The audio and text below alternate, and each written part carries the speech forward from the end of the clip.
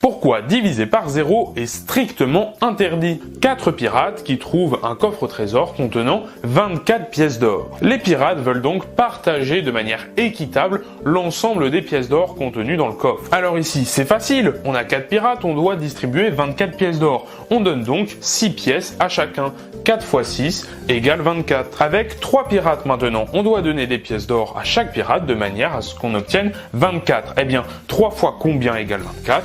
3 x 8, là c'est facile, 2 x 12 égale 24, on donne donc 12 pièces à chaque pirate. Ici, on a un pirate qui trouve le trésor, eh bien il obtient la totalité, c'est-à-dire 24 pièces d'or. Mais maintenant, plus compliqué, si on a 0 pirate qui trouve le coffre, ben ici c'est pas possible, on n'a aucun pirate, donc on ne peut pas distribuer les 24 pièces d'or. 0 fois n'importe quoi, ça fait toujours 0, ça ne fera jamais 24. Combien ça fait l'infini moins l'infini? La somme des entiers. Évidemment, cette somme donne un résultat qui est infini. Si on soustrait la somme des entiers, c'est-à-dire on fait la somme de tous les entiers moins la somme de tous les entiers, on obtient bien l'infini moins l'infini. On remarque bien que les 1 ici s'annulent puisqu'on a une soustraction, mais les 2 ils s'annulent aussi, etc. L'infini moins l'infini, ça fait donc 0. Si je prends encore une fois la somme de tous les entiers, que je soustrais cette fois-ci, non pas tous les nombres entiers, mais seulement les nombres pairs. Et regarde ce qui se passe cette fois-ci, on a seulement les nombres pairs qui vont s'annuler. On annule les 2, on annule les 4, et il va nous rester la somme de tous les nombres impairs. Ça fait également une quantité qui est infinie. Je prends toujours la somme de tous les entiers. Si on la soustrait donc une deuxième fois, on soustrait encore une quantité infinie, ça nous donne l'infini du côté des négatifs. C'est donc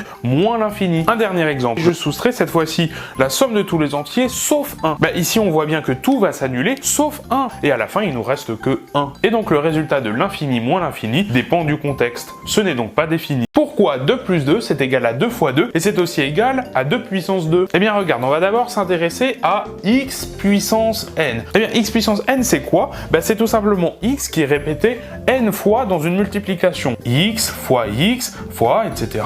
Le tout que l'on répète combien de fois? Eh bien n fois. En suivant ce schéma, on a donc 2 au carré, c'est tout simplement égal à 2 fois 2 fois 2 etc. On va le répéter 2 fois dans la multiplication, on a donc 2 fois 2 tout simplement. Donc déjà tu vois, 2 puissance 2 c'est égal à 2 fois 2. Mais maintenant la multiplication c'est quoi? Bien regarde, x fois n. X fois n c'est quoi? X fois n c'est x plus etc. plus x avec le x que l'on répète combien de fois? Bien on le répète n fois. 2 fois 2 c'est tout simplement 2 que l'on répète donc 2 fois dans l'addition. Autrement dit 2 fois 2 c'est 2 plus 2 plus 2 etc. Le tout 2 fois. Donc c'est tout simplement 2 plus 2. X puissance 0 est égal à 1. Effectivement, c'est super simple à comprendre. Par exemple, x puissance 4 c'est égal à x fois x fois x fois x. On répète 4 fois le x. X puissance 3 ou x au cube, c'est tout simplement x fois x fois x. Mais comment on passe de x puissance 4 à x puissance 3 ici? Eh bien, on a enlevé un x dans une multiplication, autrement dit, on a divisé par x. Bon, x puissance 2 ou x au carré, c'est simplement x fois x. Et pour passer de puissance 3 à puissance 2, eh bien, même chose, on a divisé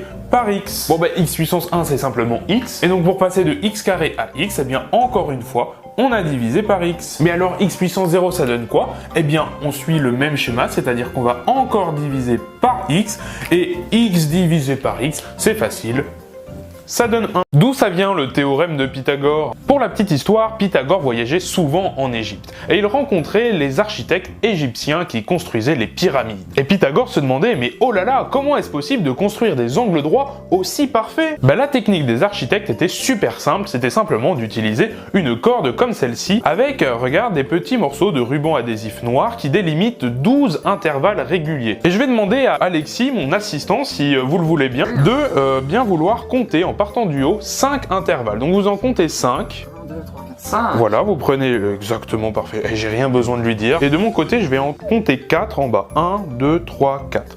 Voilà, j'en ai compté 4. Je prends donc le petit marqueur ici. Je vais tirer. Attention, il faut tenir fermement. Je tire. Et regardez qu'est-ce qu'on a ici. On a un magnifique triangle rectangle. Regardez, on a un angle droit ici. Et donc, c'est comme ça, d'après la légende, que Pythagore a découvert son célèbre théorème. Aujourd'hui, je te propose une petite énigme. Je te présente Toto et Alice qui sont malheureusement en train de se disputer encore une fois. Toto est persuadé d'avoir raison, alors que Alice est persuadée que c'est elle qui a raison. Je te laisse étudier leur conversation et je te laisse répondre dans les commentaires de cette vidéo qui a raison. Est-ce que c'est Toto ou est-ce que c'est Alice? Je te donnerai la bonne réponse demain, donc abonne-toi à cette chaîne pour la connaître. Hier, je t'ai proposé une petite énigme. Toto et Alice sont en train de se disputer sur un sujet de maths. Qui a raison? Eh bien, contre toute attente, la bonne réponse, c'était Toto. Alors tu te demandes sûrement pourquoi? Eh bien, l'astuce vient tout simplement du point d'exclamation. En mathématiques, le point d'exclamation désigne la factorielle d'un nombre. La factorielle d'un nombre entier n, c'est tout simplement égal au produit de tous les nombres entiers de 1 jusqu'à ce nombre n. Donc la factorielle de n, c'est 1 fois 2 fois 3, etc. jusqu'à fois n. Et donc la factorielle de 3 ici, bah, c'est 1 fois 2 fois 3. Et ça, évidemment, c'est égal à 6. Et bien entendu, 3 plus 3, c'est aussi égal à 6. Alors allez. Alors ça va être avec une corde. Donc je vais vous expliquer comment Pythagore a découvert son célèbre théorème. Je prends des notes. Allez. Interro surprise à la fin de l'émission. Ouais, d'accord. Pour la petite histoire, donc Pythagore voyageait souvent en Égypte pour observer les architectes égyptiens qui construisaient les pyramides. Et Pythagore se demandait mais comment est-ce possible de construire des angles droits aussi parfaits? Et puis en fait la technique était toute bête, c'était d'utiliser une corde comme ceci avec des petits marquages qui délimitent 12 intervalles réguliers. On peut en compter bien 12. D'accord. Et alors je vais demander à Nathalie d'être Nathalie, mon pas de bol, assistante. c'est pour vous ça. Si vous le voulez bien. Nathalie, vous allez compter à partir du haut 5 intervalles. Vous en comptez 5. Voilà. Vous savez compter jusqu'à 5, c'est bien. Oh, il est bon donc, prof, il est bien, il est bien, il est bien. Je vais venir racoler l'autre bout, comme ceci, et moi je vais en compter 4 de ce côté-là. Donc 1, 2, 3, 4. Il en reste 3 au bout. Je vais tirer un peu, et regardez, lever un petit peu, voilà. On obtient un triangle rectangle. Alors pour les petits curieux, c'est en fait 3 au carré plus 4 au carré, ça fait 5 au carré. Voilà. Combien ça fait 0 divisé par 0? Dans un précédent short, je t'ai expliqué pourquoi on ne pouvait pas diviser 24 par 0, puisqu'en fait ça revenait à résoudre cette équation 0 fois x est égal à 24. Or, 0 fois x ça fait 0, 0 multiplié par n'importe quoi, ça fait toujours 0, ça ne fera donc jamais 24. Donc il n'y a pas de solution à cette équation, on ne peut donc pas diviser 24 par 0. Mais vous avez été beaucoup dans les commentaires à me dire, mais 0 divisé par 0, pourquoi ça marcherait pas? Bah ici c'est vrai, on résoudrait donc l'équation 0 fois x égale 0. Mais là, en fait, finalement, x, il peut valoir n'importe quoi, ça sera toujours vrai. Bah oui, si x égale 0, 0 fois 0, ça fait 0. Si x égale 1, bah même chose, 0 fois 1, ça fait aussi 0. 0 fois 65 536, ça fait 0. 0 fois moins pi, ça fait aussi 0. Donc finalement, 0 divisé par 0, ça fait 0, 1, 65 536 ou moins pi. Donc comme il y a en fait une infinité de résultats possibles, eh bien on dit tout simplement que ce n'est pas possible. On ne peut pas diviser 0 par 0. Une fonction polynomiale et un polynôme, ce n'est pas la même chose. Tout d'abord, on appelle grand X une indéterminée. Mais grand X, ça représente aussi un polynôme. On peut l'additionner avec lui-même, le multiplier par un nombre ou le mettre à une certaine puissance. Et donc de cette façon, 3x carré plus 8x moins 1, c'est un polynôme à coefficient réel. On note donc cet ensemble R crochet X. Mais grand X, son seul but dans la vie, c'est d'être remplacé par autre chose. Par exemple, ici, on l'a remplacé par racine carrée de 2. Ce qui fait qu'on obtient un polynôme évalué en racine carrée de 2. On peut également évaluer le polynôme en une matrice. Ici, tu vois, on a un polynôme de matrice. Alors, petite subtilité ici, on a la matrice identité, puisque simplement une matrice puissance 0, ça fait la matrice identité, de la même manière que x puissance 0, ça fait 1. Mais l'exemple le plus intéressant ici, c'est un polynôme évalué en la fonction identité. Tu sais, c'est la fonction qui à x donne x. Ce qui fait que ce polynôme devient la fonction qui à x associe 3x carré plus 8x moins 1. Et là, on a bien une fonction polynomiale. Aujourd'hui, je te propose une petite énigme. Je te présente Tom, Pierre et Alice. Lorsqu'on fait la somme de l'âge de Tom et de l'âge de Pierre, on obtient 100 ans. Lorsqu'on fait la somme de l'âge de Pierre et l'âge d'Alice, on obtient 120 ans. Et quand on fait la somme de l'âge d'Alice et de l'âge de Tom, on obtient 80 ans. Peux-tu me dire quel est l'âge de Tom, quel est l'âge de Pierre et quel est l'âge d'Alice? Je te laisse mettre ta réponse dans les commentaires, je te donnerai la bonne réponse demain, donc abonne-toi à la chaîne pour ne pas la rater. Hier, je t'ai proposé une énigme avec Tom, Pierre et Alice dans le but de calculer leur âge. J'ai réécrit toutes les informations ici, Tom plus Pierre ça fait 100, Pierre plus Alice ça fait 120, Alice plus Tom ça fait 80. Regarde la technique, je vais effectuer deux soustractions. On prend Tom plus Pierre et on soustrait Pierre plus Alice et on soustrait Alice plus Tom. On remplace par les valeurs, on obtient donc 100 moins 120 moins 80 et ça fait moins 100. Mais regarde dans la soustraction, on a Tom qui va s'annuler et on a également Pierre ici qui s'annule. Au final, il nous reste moins 2 Alice, ce qui nous donne moins 100. Autrement dit, Alice a 50 ans. Après, il suffit simplement de remplacer dans les équations de départ, ce qui nous donne donc Tom égale 30 et Pierre égale 70. Et donc pour conclure, Tom a 30 ans, Pierre a 70 ans et Alice a 50 ans. Toto et Alice sont encore en train de se disputer. Toto nous dit que 1 plus 1 égale 10 et Alice nous dit que non, Toto a tort. Alors est-ce que c'est Toto qui a raison ou est-ce que c'est Alice qui a raison? Je te laisse mettre ta réponse dans les commentaires et je vais bien évidemment te donner la bonne réponse demain. C'est pour ça qu'il faut s'abonner à la chaîne pour ne pas la rater. Hier, je t'ai proposé une petite énigme, la voici, Toto nous dit que 1 plus 1 égale 10, Alice nous dit que non. Eh bien, qui a raison? Eh bien ici, c'était Toto. En fait, l'astuce vient du fait que Toto compte en binaire. Le binaire, c'est simplement le langage mathématique des ordinateurs. Nous, on a l'habitude de compter en décimales, 0, 1, 2, 3, 4, 5, 6, 7, mais les ordinateurs, eux, n'utilisent que des 0 et des 1, ce qui nous donne, si on convertit, 0, 1, 10, 11, etc. Et Toto nous disait 1 plus 1 égale 10. 1 plus 1 ça fait 2, et 2 en binaire ça s'écrit bien 10. On dispose de tables comme celle-ci, d'accord, des tables vues du dessus, avec 3 places en haut, 3 places en bas, une place à gauche et une place à droite. Et malheureusement la disposition de la salle fait qu'on est obligé de coller les tables bout à bout. La question est la suivante, combien de tables sont nécessaires pour faire tenir 31 invités? Lorsqu'on a une table, eh bien on a combien de places? On a 8 places. La difficulté va résider dans l'expression de un plus 1 en fonction de un. Eh bien pour ça on va rajouter une table et on va voir ce qui se passe. Ce qui fait que on va rajouter 3 places en haut, on va également rajouter 3 places en bas, également une place à droite. On peut pas rajouter de place à gauche puisqu'il y a déjà une table qui gêne. Donc là on vient de rajouter 7 nouvelles places, mais il faut faire attention puisque regarde ici, on a une place qui va se supprimer, qui vient de la table précédente. Et au final on a ajouté 6 places. Un plus 1 c'est tout simplement égal à un plus 6. Un, ça sera égal à un plus 6n-1. Ce qui nous donne donc 6n plus 2. On résout donc l'équation, 6n plus 2 est égal à 31, si et seulement si n est égal à 29 sixièmes. Or, 29 sixièmes, il est compris entre 4 et 5. C'est donc la réponse C, 5 tables. Mon prof d'anglais a trouvé une super technique pour résoudre des équations. Regarde ça. Voici l'équation, tu vois, ça a l'air quand même assez compliqué. Mais en réalité, pas tant que ça. Regarde, on va multiplier par r carré à gauche et à droite.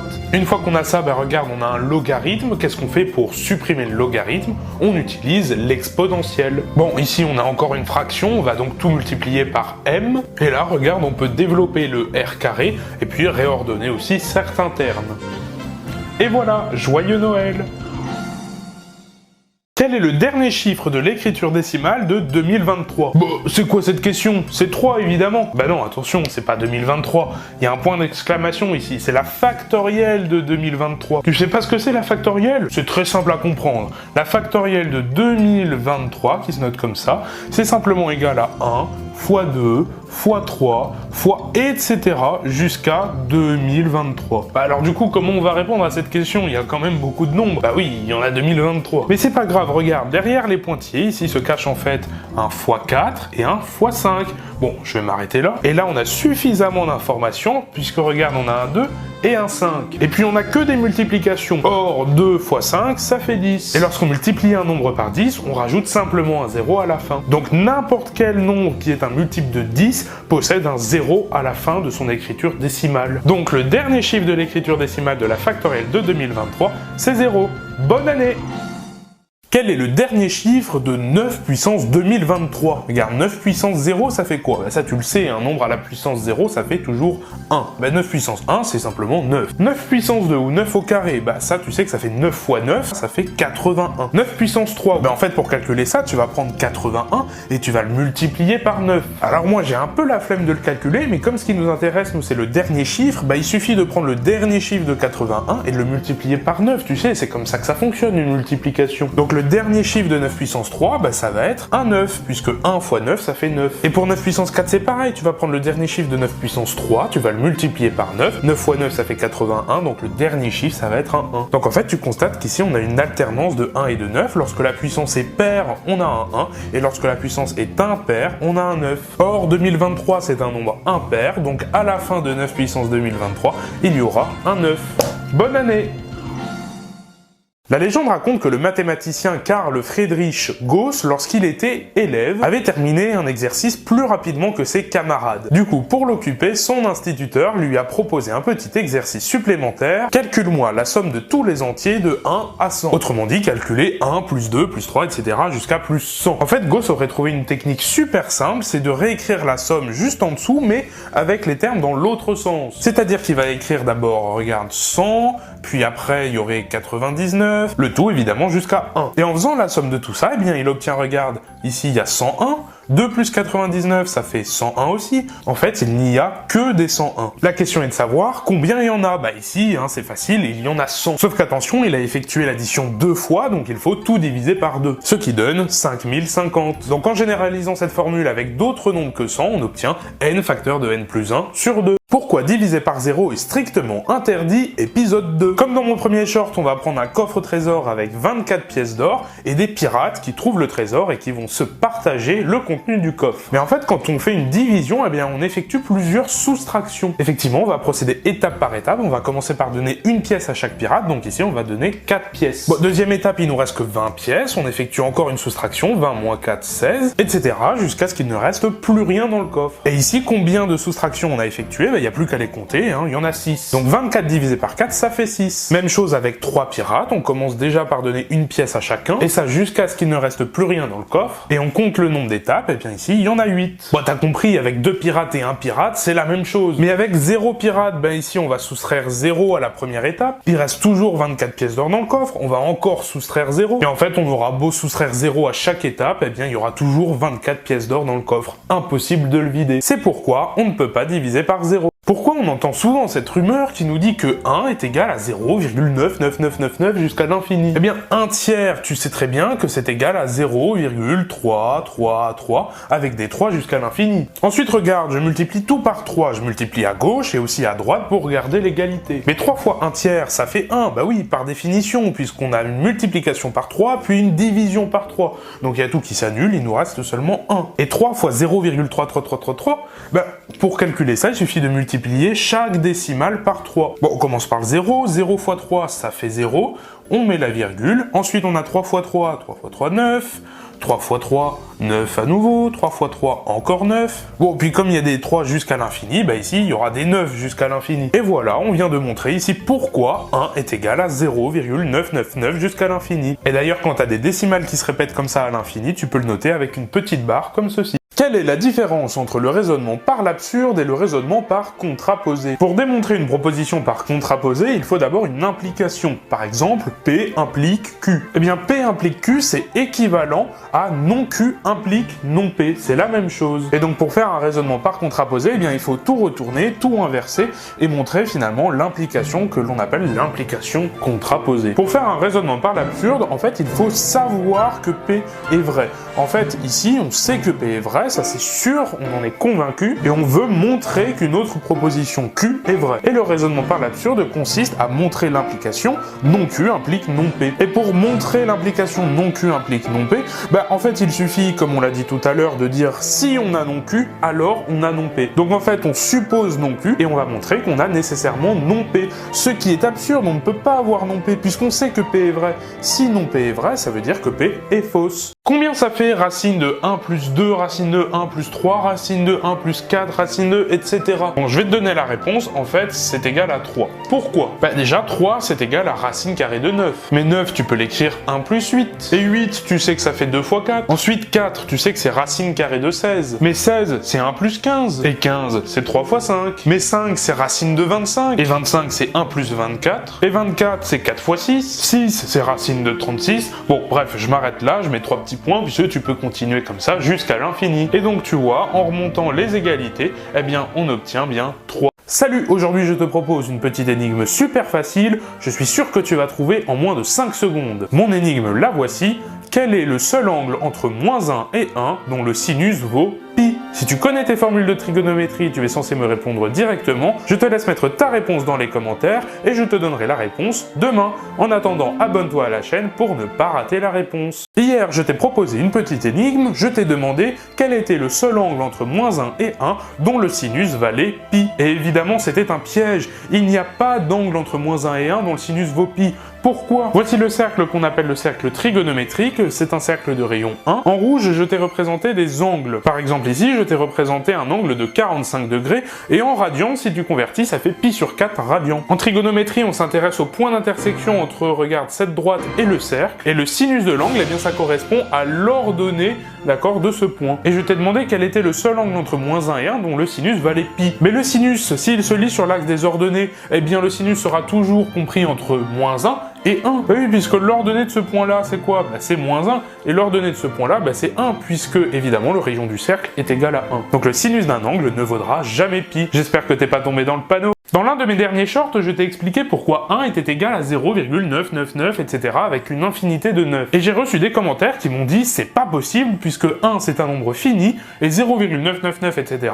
c'est un nombre infini. Mais non, ça c'est complètement faux. Il ne faut pas confondre le nombre et le développement décimal du nombre. 0,999 avec une infinité de 9, c'est ce qu'on appelle le développement décimal impropre de 1. Et le développement décimal impropre de 1, effectivement, je suis d'accord, il est infini. Mais ce n'est pas le nombre qui est infini. C'est comme si je te disais que pi était un nombre infini, tout simplement parce que si je l'écris en décimale, ça s'écrit 3,1415926535897933846 Mais dire que pi est un nombre infini, ça voudrait dire que si quelqu'un se promène autour d'un cercle de rayon 1 km par exemple, et bien comme la circonférence de ce cercle ça vaut 2 pi km, et bien si pi était infini, ça voudrait dire que le monsieur qui se promène autour de ce cercle mettrait un temps infini à en faire le tour. Donc pi est bien un nombre fini, ne fais plus l'erreur. De nos jours, il y a beaucoup d'inflation. C'est très énervant, on paye toujours tout de plus en plus cher, et tu vas voir que le commerçant de cette vidéo, il voit les choses un peu différemment. Salut, aujourd'hui je te propose une petite énigme, la voici. Un commerçant décide de vendre un de ses t-shirts 100 €. Oui, on est d'accord, c'est quand même déjà un t-shirt haut de gamme. Et pour faire parler un peu de son commerce, il décide du 1er août au 31 octobre de faire la chose suivante. Un jour sur deux, le commerçant va augmenter le prix de 50%,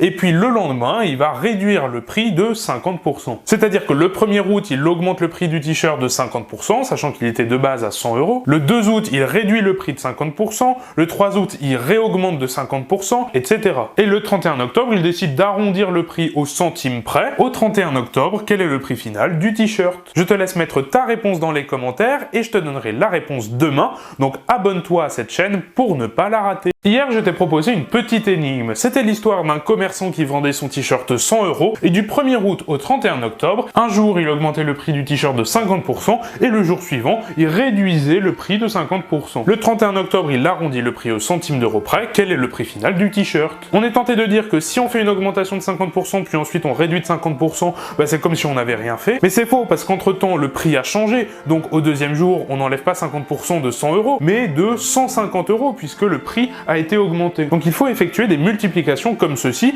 Bon, du 1er août au 31 octobre, il y a 92 jours, puis ensuite chaque jour ça alterne. Soit on multiplie par 1,5, soit on multiplie par 0,5. Sauf que 1,5 fois 0,5, ça fait 0,75. Des 0,75, on en a tous les 2 jours. Donc comme il y a 92 jours, c'est-à-dire que des 0,75, on en a 46. 100 fois 0,75 puissance 46, ça fait environ 0,000179 €. Si on arrondit, il est donc gratuit. Il y a autant de nombres entiers positifs que de nombres entiers au total. Là tu vas me dire, mais Médéric, c'est n'importe quoi ce que tu racontes. Mais en maths, quand on dit que deux ensembles de nombres entiers ont le même nombre d'éléments, cela signifie qu'on peut en fait dans chacun de ces ensembles numéroter un par un les éléments. Voilà, ici on a les nombres entiers positifs et ici on a les nombres entiers. On va maintenant essayer de les numéroter. Alors quand je dis numéroter, c'est les numéroter à l'aide de nombres entiers positifs. Bah du coup pour les nombres entiers positifs, bah c'est déjà fait. 0, on peut lui donner le nombre 0, le numéro 0. 1, on peut lui donner le numéro 1, etc. Et pour les nombres entiers, c'est pas si simple que ça. Je peux pas leur donner les numéros aussi 0, 1 et 2, etc. Parce que l'infini pour les nombres entiers, il s'étend certes à droite, mais il s'étend aussi à gauche. Bah pour ça, je peux partir du milieu. Je vais partir de 0, je vais lui donner le numéro 0. Et ensuite, les nombres positifs, je vais leur attribuer un numéro impair, et les nombres négatifs, un numéro pair. J'alterne comme ça, positif et négatif. En mathématiques, on dit qu'on a alors trouvé une bijection. Et pour les petits curieux, la bijection qu'on a trouvée, c'est celle-ci.